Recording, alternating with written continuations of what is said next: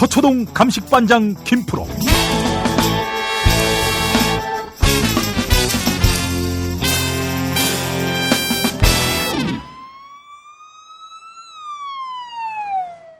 김프로 나와 계시죠? 네, 안녕하세요. 김프로입니다. 예.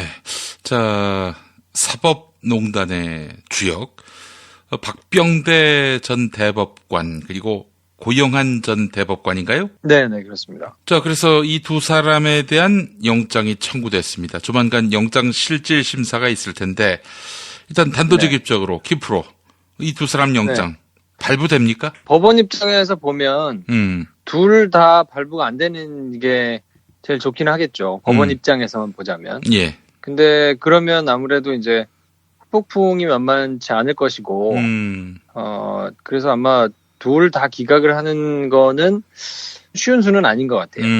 그러면 이제 구속을 시킬 수밖에 없다는 측면에서 만약에 보자 그러면 둘을 다 구속할 것이냐, 아니면 한 사람만 구속할 것이냐의 문제가 있을 텐데요. 그 한 사람이라면은 박병대겠네요. 구속된 임정원 전 차장 공소장을 보면 공범으로 두 사람이 이제 적시가 돼 있거든요. 예. 근데 그 박병대가 훨씬 공범인 케이스가 많아요. 31번 정도가 이제 공범으로 적시가 됐고, 예. 고영환은 18번 정도 이제 공범으로 적시가 됐는데, 뭐 그렇게 보자 그러면 이제 뭐 내용을 보면 조금 더 이제 복잡할 수 있겠습니다만, 단순하게 그것만 놓고 보자 그러면, 아무래도 공범으로 많이 적시됐다는 거는 그만큼 이제 얽힌 사건이 많다는 얘기니까. 죄질이, 그리고 이제 결정적으로 박병대 전 대법관 같은 경우에는 전부 완강하게 부인하고 있거든요. 다 나는 전혀 문제될 거 없고, 문제는 밑에 있는 사람들이 문제가 있는 것이고, 자기는 뭐 하나도 문제될 거 없다, 뭐 기억이 안 난다, 뭐 이러면서 계속 부인을 하고 있어서. 근데 이제 고영한 전 대법관 같은 경우에는 그 부산에서 있었던 스폰서 그 사건 관련해가지고는 완전 다 부인은 하지 않고 일부는 맞는 취지로 또 얘기를 하는 부분도 있기 때문에 그런저런 거를 이제 고려한다 그러면 박병대 전 대법관만 발부가 될 가능성이 크지 않나, 저는 그렇게 보는 입장인데요. 둘 다 구속을 한다 그러면 그럼 이제 양승태 전 대법원장에 대해서도 체포해가지고 구속영장을 칠 수밖에 없는 상황이 이제 될 텐데, 글쎄요, 이거는 어떻게 할지 저는 좀 개인적으로 하여튼 좀 관심 있게 보고 있습니다. 저는 지금까지의 행태라 그러면 한 사람만 하고 또 어떻게 좀 분위기를 봐가지고 이렇게 하지 않겠나 싶은 생각이 조금 더 들기는 합니다. 이 두 사람이 지나가면 어떻게 다음은 양승태입니까? 뭐 그렇죠. 이제 뭐 다 올라왔다고 봐야 될 거니까요. 이제 아마 제가 전에 말씀드리기로는 넘버 2에 해당하는 대법관들, 법원 행정처장들에 대해서 수사가 진행이 되고, 그 사람들에 대해서는 영장을 따로 청구하지 않고 맨 마지막에 넘버 1에 대해서만 청구를 하는 방법도 고민하지 않겠냐 하고 이제 아주 오래전에 말씀을 드렸던 것 같은데, 다이렉트로 양승태로 가라고 또 말씀하셨잖아요. 근데 그렇게 되는 것이 조금 논란의 소지가 좀 덜하고 위험 부담도 좀 덜 있으니까 그 경우는 어떤가 하고 생각을 해봤는데, 지금 이제 수사는 생물이라 그 이후에 굉장히 많은 이제 변수들이 막 있었거든요. 지금 생각해봐야 될 거는 공개적으로 나와서 소환이 되는 사람들은 전임자들이지만, 지금은 어쨌든 그 대법관을 다 그만두신 분들이란 말이에요. 퇴임하신 분들이라서 전직 대법관들이잖아요. 근데 지금 훨씬 많은 숫자의 고위 법관들, 그러니까 대법원에서 근무하는 곧 대법관이 될 수 있는 물망에 오르는 사람들, 그 후보군에 있는 사람들이 다 지금 조사를 받다시피 했단 말이에요. 그러니까 현직에 있는 고위법관들에 대한 목줄을 검찰이 쥐고 있다고 봐도 되거든요.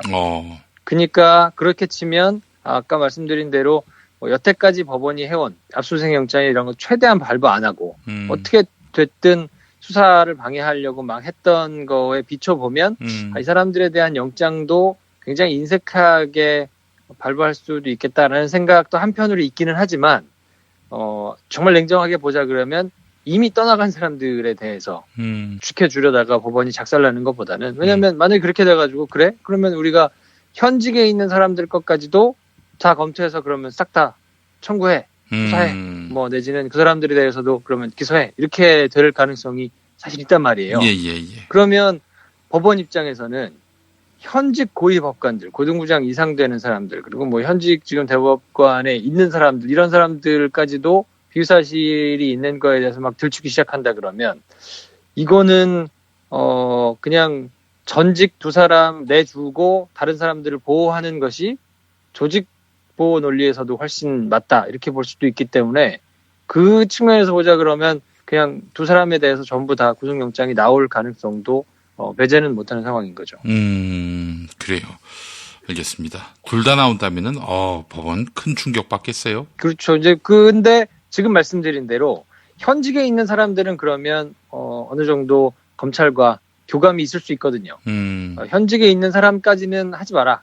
전직 대법관, 그러니까 대법관 출신에 있어서도 헌정사상 처음이니까 그 사람들에 대해서는 확실하게 어쨌든 처벌을 하더라도 그 나머지 사람들에 대해서는 좀 재량을 베풀어 달라라는 교감이 만약에 확실하게 있다 그런다면 그러면 뭐 대법원장이라 하더라도 지금 이 상황까지 됐고 그냥 단순한 무슨 법리적으로 공방을 벌이는 거 수준으로 지나갈 수 있는 사안은 이미 아닌 상황이 됐단 말이에요.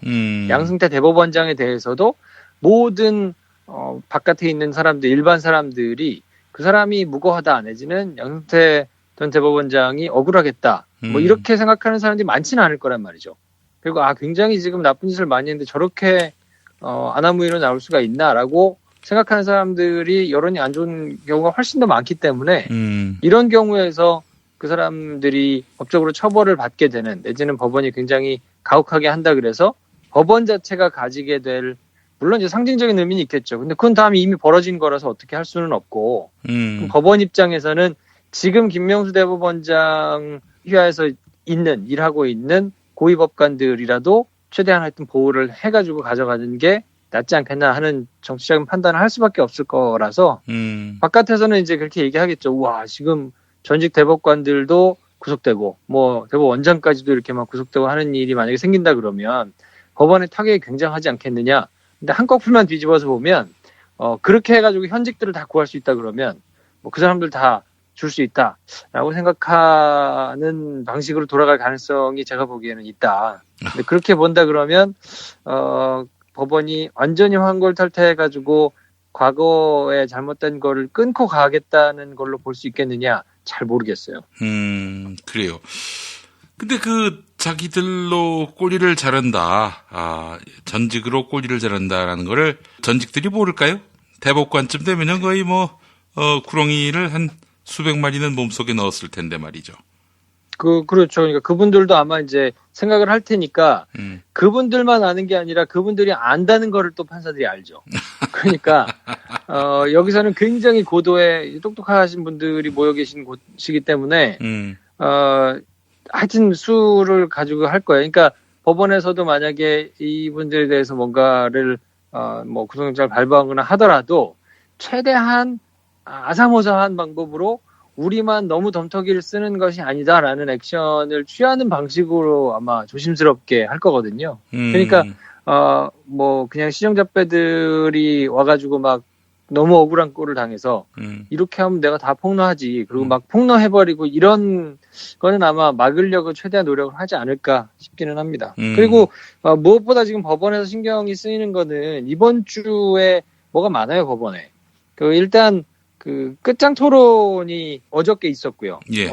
그리고 사법발전위원회 12차 회의도 있고 설문조사도 또 5일부터 12일까지 판사들을 상대로 받거든요. 그리고 7일에는 전국 법원장 회의도 있기 때문에 이게 지난 6월 이후에 처음인데 거의 하루 상간으로 법원에서 이번 주에 이제 모여가지고 이렇게 논의하고 토론하고 막 이런 의견을 수렴하는 과정들을 지금 거치기 때문에 이 안에서도 아마 법원 내부의 분위기 이런 것들이 아마 조금 정리가 될 거거든요. 그러니까 지금 돌아가고 있는 자기들끼리 이제 만나가지고 얘기를 하겠죠. 바깥 분위기라든지 아니면 자기 조직 내부에 대한 불만이라든지 이런 것들을 막 논의가 될 텐데 그러면 아주 첨예하게 돌아가는 상황과 맞물려 가지고 법원 내부에서도 조금 입장 정리가 되지 않을까. 그리고 이제 그런 과정에서 또 여기저기서 목소리들이 또 터져 나올 수가 있거든요. 뭐 법원 내부에서 사용하는 인터넷에다가 글을 쓰기는 할 테지만 그게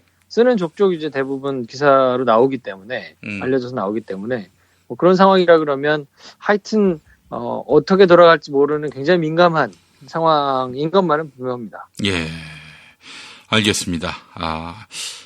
주진우 기자가 어제 KBS 1라디오 김용민 라이브에 나와서 고영한 박병대의 구속 가능성은 80%. 그런데 양승태의 구속 가능성은 95% 이렇게 얘기하더라고요. 어떻게 보세요? 그게 아무래도 이제 모든 거를 지시를 한 사람이 양승태 전 대법원장이니까 지금처럼 구속이 다 된다고 하면 양승태 전 대법원장이 어떻게 대응을 하느냐에 따라서 이제 그거는 결정이 된다고 봐야 될 텐데요. 지난번에 그 사건 수사가 시작되기 전에 놀이터에서 기자회견을 할 때는 전혀 그런 사실이 없다라고 부인을 했거든요. 그랬죠. 이제 뭐 지속적으로 본인은 아니다라는 취지로 지금 얘기를 하고 있는데 만약에 검찰 조사에 나와서 뭐 자기가 책임을 지겠다, 심경의 변화가 있어가지고 그런 식으로 얘기를 만약에 한다 그러면 뭐 대부분의 것들을 인정하고 뭐 도주하지 않고 뭐 증거인멸을 하지 않는다고 판단을 이제 받을 가능성도 있지만 제가 보기에는 이제 그럴 분 같았으면 지금의 사달이 발생이 안 됐을 거기 때문에 여전히 계속 전면 부인을 할 가능성이 훨씬 크다고 보고요. 그렇게 된다 그러면 구도가 밑에 있는 분들의 뭐 일단은 지금 굉장히 많은 자료들을 검찰이 압수를 한 상황이고 그리고 그 과정에서 굉장히 자세한 정황들도 또 증언과 함께 발견이 된 상황이고 이제 중간 간부급에 해당하는 분들이 전부 다 구속이 된다 그러면 그 윗분 구속되는 거는 뭐 그렇게 어려운 거는 아니라서 이제 이 이후의 상황은 양승태 전 대법원장이 어떻게 반응을 하느냐, 대응하느냐에 따라서 결정이 아마 지어질 거라고 봅니다. 예, 알겠습니다. 그래요. 참 어렵네요. 그냥 양승태 구속으로 이 사법농단 다 덮으려 하는 거 아닐까요? 사법농단에 대한 발본색원의 의지는 없어 보여요. 김명수 대법원장한테. 그렇죠. 그 부분이 굉장히 좀 아쉬운. 지금 어떤 입장도 그냥 내놓지 않고 미지근하게 의견 청취만 하겠다고 하고 있거든요.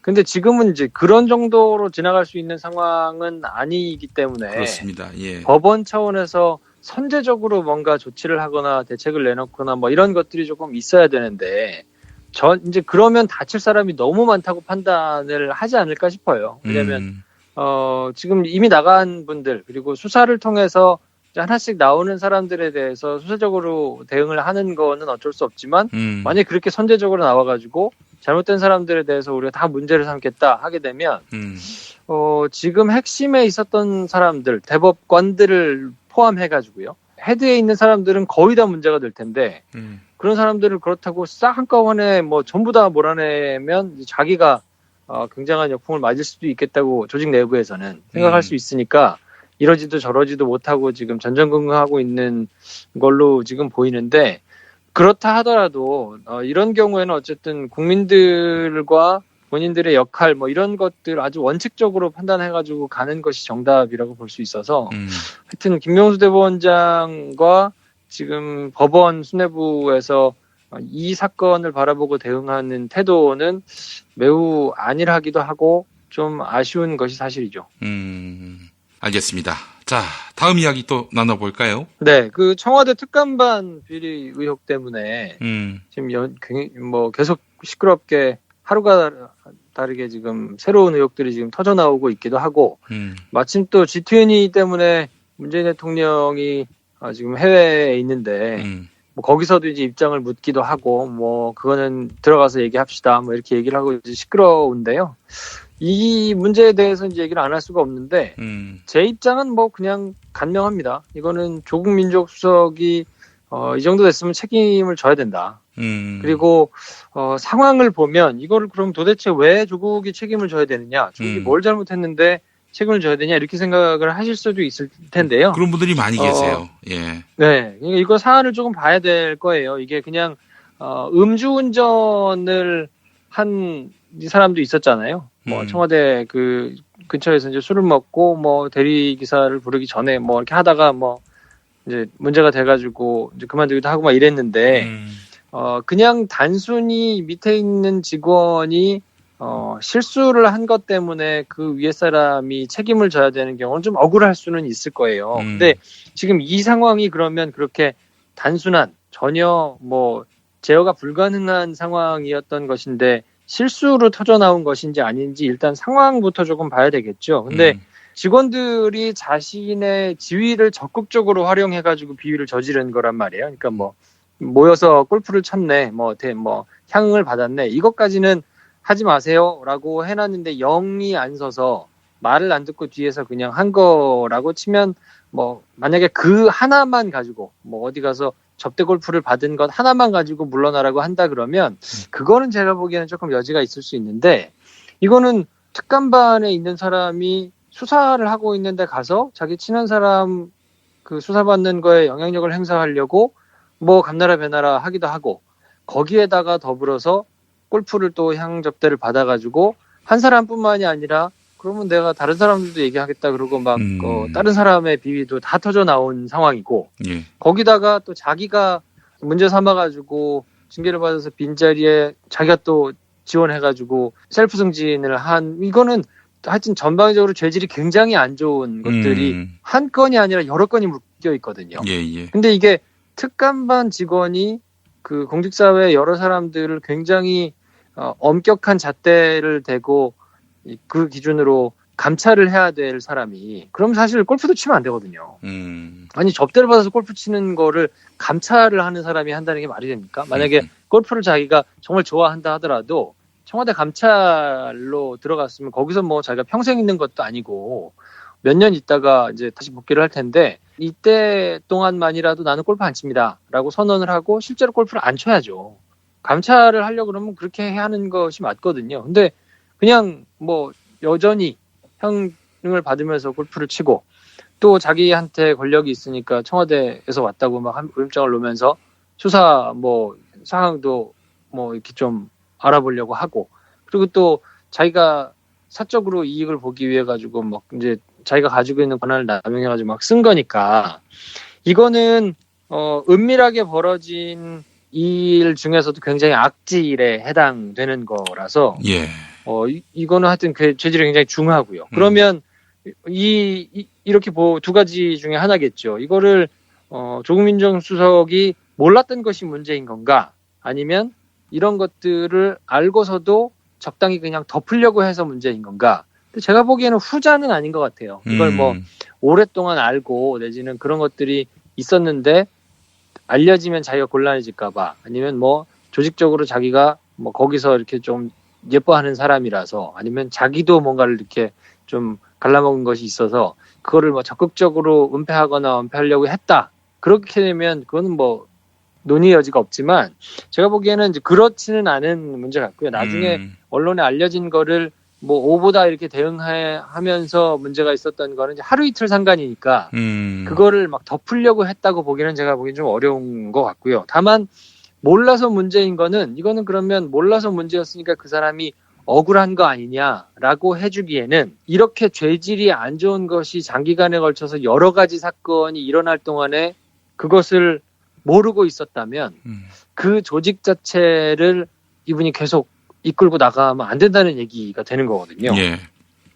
왜냐하면 오죽 영이 안 서면 오죽 만만하게 보였으면 밑에 직원은 이렇게 하고 다녔겠습니까? 쉽게 얘기를 하자면 그냥 뭐 향받아가지고 골프 치고 뭐 이런 거를 넘어서가지고 아주 자기가 그냥 막 전행을 휘두르고 다닌 거잖아요. 근데 그게 이 사람 혼자만 유독 이상한 캐릭터여가지고 그 사람만 그렇고 나머지는 다 열심히 일을 하고 있다 그러면 조금 달리 생각해 볼 여지가 있을까 말까 하겠지만 그것도 아니고 막 골프도 같이 치러 다니고 막 이랬다는 거 아니에요. 그러니까 이거는 조직 장악이 안 됐다.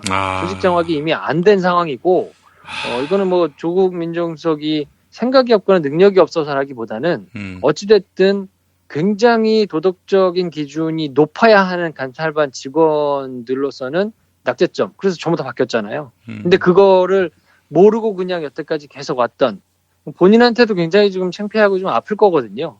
근데 이런 상황에서 그냥 억울하니까 기회를 줘야 된다라고 할 수준은 이미 넘어섰다. 그래서 저는 이거는 민정수석이 책임을 져야 된다라고 생각을 하는데 제 생각에는 제 짐작대로라면 아마 본인도 그렇게 생각을 하지 않을까. 다만 지금 G20 때문에 대통령이 공석이 상황이기 때문에 여기서 대통령도 없는 상황에서 그냥 잘못이 나왔으니까 제가 책임지겠다 하고 던지고 나가버리는 게 적절한 행동이냐, 책임 있는 행동이냐. 이것 때문에 오히려 이렇게 무책임할 수가 있나? 무슨 대통령도 없는 자리에서 이렇게 던지고 나가면 어떡하라는 얘기냐?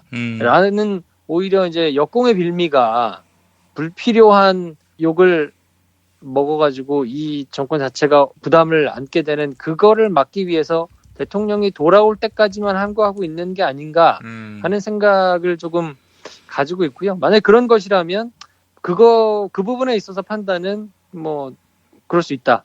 그리고 그렇게 하고 돌아왔을 때 다 얘기를 하고 본인이 책임지고 나가는 모습을 보이는 게 맞는 거 아닌가. 그리고 저는 이 정도 상황이 됐으면 이게 조국 민정수석 한 사람이 책임지는 것으로 과연 진화가 될 것인가. 왜냐하면 벌써부터 뭐 조중동 난리 났거든요. 예. 특히나 조선일보 지금 난리 호재를 만난 거 아니겠습니까? 예, 지금 그냥 하루가 다르게 막 그냥 크게 면을 털어가지고 막 난리 법석을 떨면서 또 이제 자유한국당도 그렇고 야당들이 이 건을 가지고 패북질이나 하고 앉아 있으니까 지금 밑에 사람들 통솔도 안 되는 거 아니냐부터 시작해가지고 야지 놓고 욕하고 난리 법석을 피우고 있는데 예. 이걸 만약에 적당히 덮고 넘어가려고 하는 제스처를 보인다 그러면 정의와 공정과 이런 거를 얘기하면서 도덕성에 굉장히 질려있는, 그러니까 전전 정부에서 아무튼 그 도덕 불감증 때문에 국민들이 넌더리가 났던 것 때문에 어쨌든 촛불혁명이 일어났던 것인데, 그것 때문에 생긴 정부가 이 부분을 만약에 적당히 처리를 하고 넘어간다 그러면 있을 수 없겠죠. 굉장한 지지율의 하락이 있기도 할 것이고, 그래서 아마 저는 모르긴 몰라도 대통령이 귀국을 하고 난 다음에 대책회의를 하면 굉장히 센 수준의 조치가 나오지 않겠느냐. 그리고 그렇게 나와야 정상이 아닌가 하는 생각을 저는 하고 있습니다. 예. 그래도 그 조국 수석이 사법농단을 개혁할 수 있는 또 나아가 사법개혁의 큰 그림을 그리고 또 정권적 차원에서 추진할 수 있도록 중심축이 될 인물이기 때문에 지금 단계에서 그만두는 것은 사법개혁이 안 되길 바라는 이들에게 좋은 일을 하는 것이 아니겠는가 하는 그런 이야기도 나옵니다. 어떻게 보세요? 그렇죠. 그런 우려도 있을 수는 있을 텐데 그것을 놓고 고민할 수 있는 단계는 이미 지나갔다고 저는 판단합니다. 왜냐하면 그렇기 때문에 사법개혁의 밑그림이나 내지는 그것을 추진하는 인물이기 때문에 나머지 것을 그냥 덮고 넘어가야 된다라고 하기에는 죄질이 너무 안 좋아요. 지금 벌어진 상황 자체가 청와대 특감반에서 벌어진 내용 자체가 너무 죄질이 안 좋거든요. 근데 사법개혁을 중심을 가지고 잘 이루어질 수 있도록 하는 역할도 있기는 하지만 민정수석의 역할이라는 것이 있거든요. 전 공직사회에서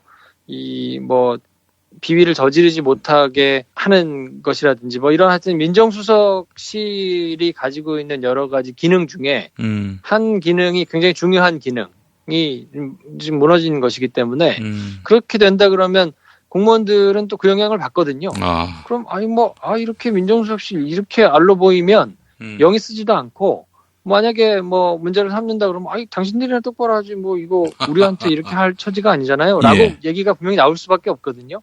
왜냐하면 공직사회라는 것 자체가 그 위에 선출되시는 분들은 나름대로 철학을 가지고 인기가 있는 분이 오실 수 있지만 그분들의 지위를 받는 밑에 있는 사람들은 어쩔 수 없이 이 공무원 마인드가 있거든요. 근데 만약에 이것 때문에 무너져가지고 제어가 잘 안 된다 그러면 그러면 집권 3년차 4년차 계속 나가는 데 있어서도 이거는 바람직하지 않기 때문에 저는 이 정도 상황이면 밑그림을 그리고 하는 작업은 나가셔서 뭐 다른 역할을 얼마든지 하실 수 있기 때문에 그 굉장히 중요한 역할을 맡아가지고 챙기고 가는 거에 있어서는 지금 상황에서는 고민할 단계는 이미 넘어간 거 아닌가 하는 게 뭐 제 개인적인 생각입니다. 아, 그래요. 일부 민주당 의원들은 조국 수석을 지켜야 한다 이런 얘기하던데 어떻게 보셨어요? 그러니까 뭐 지금 뭐 길게 설명을 드렸지만 그러면 오히려 계속해서 빌미를 내주는 거거든요. 그거를 바라보고 있는 국민들 입장에서는 적극적으로 지지하는 사람 세력들도 있지만 지금 잘하나 보자 하고 지켜보고 있는, 그러니까 뭘 해도 미워서 반대하는 자유한국당을 지지하는 보수적인 사람들 말고 그 중간층에서 세모눈을 뜨고 지켜보고 있는 사람들이 분명히 있을 거란 말이에요. 근데 그 사람들의 지금 페북을 통해서 문재인 대통령이 밝힌 것도 정의를 제대로 실현하기 위해서 열심히 하고 있으니까 믿어달라라고 얘기를 했던 것이 힘이 실리려면 그 사람들이 결국은 똑같은 거 아닌가? 뭐 이런저런 이유를 대면서 이유 없는 사람이 어디 있어? 이유를 대면서 뭐 이것 때문에 안 된다고 하고 뭐 자기 사람 품고 가는 거면 결국 똑같은 거잖아라고 생각하는 사람들이 있을 텐데 그런 거를 고려해서라도 적당히 지나갈 캐릭터는 문재인 대통령 스스로가 아니지 않나 하는 생각이 있어서 민주당에서는 그렇게 뭐 지원 사격을 할 수 있지만 뭐 그런 제스처 자체가 문제라고 볼 수는 없을 거고요. 왜냐하면 뭐 의견이 다양하게 있는 거니까. 그렇지만 그것이 결정권자가 와가지고 어떤 결단을 내리느냐 큰 영향은 주지는 않을 거라고 봅니다. 알겠습니다.